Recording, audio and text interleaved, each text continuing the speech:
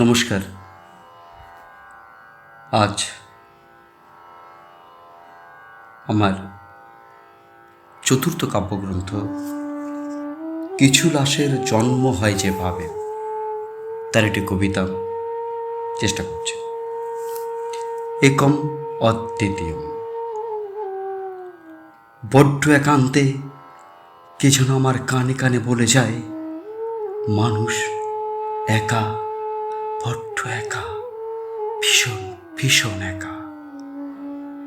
পরে জেনেছি মানুষ তার নিজের কাছেও একেবারে অচেনা।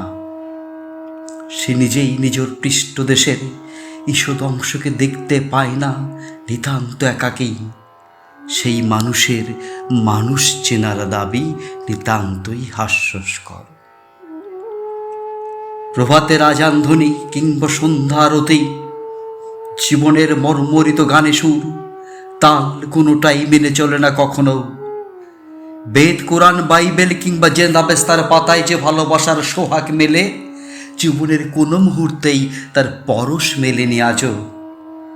আমার হৃদয়ে জুড়ে ইব্রাহিমের ত্যাগ রামচন্দ্রের বৃত্তি আদেশের সঙ্গে মিলে যায় বারবার। হিন্দু মুসলমানের কচকচানিটা তাতে খুঁজে পাই না কখনো।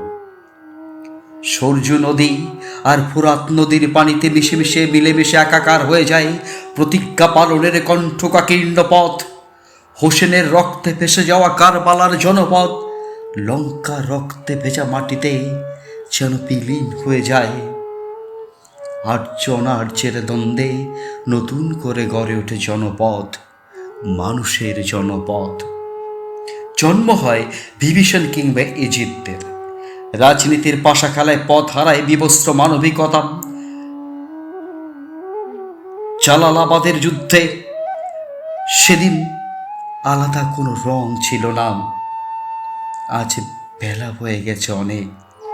মির্জাফররা শুধু জাফরাগঞ্জেই নেই, ওদের পেতাত্তাগুলো বাস করছে আমাদের আনাচে কানাচে। নাস্তিনাপুর সুর ধরে কোরআন পাঠ আর সুলেখা দিদির লক্ষ্মীর পাঁচালির সুরেলা কণ্ঠে নবান্ন নেমে আসতো এক সময় আমাদের গায়ে। আমরা নিভৃত আনন্দে তার স্বাদ নিতাম। আজ মানুষের চোখগুলো রক্তবর্ণ হয়ে উঠেছে ক্রমশ। নীল চোখের ভিতরে বাস করছে এক একটা সামুদ্রিক ঝড়। মুখোশ পড়েছে মানুষ চায়ের দোকানের ঠেকে, এখন আর বৈঠকে আড্ডা জমে না। সৃষ্টিগুলো ক্রমশ ভীত সন্ত্রস্ত হয়ে ওঠে। নীল নদের জলে মুষার লাঠির আঘাত ঈশ্বর মেনে নিয়েছিল সেদিন। পরশুরামের কঠোর কুঠারের আঘাতে নিক্ষত্রিয় হয়েছে আর্যাবর্ত।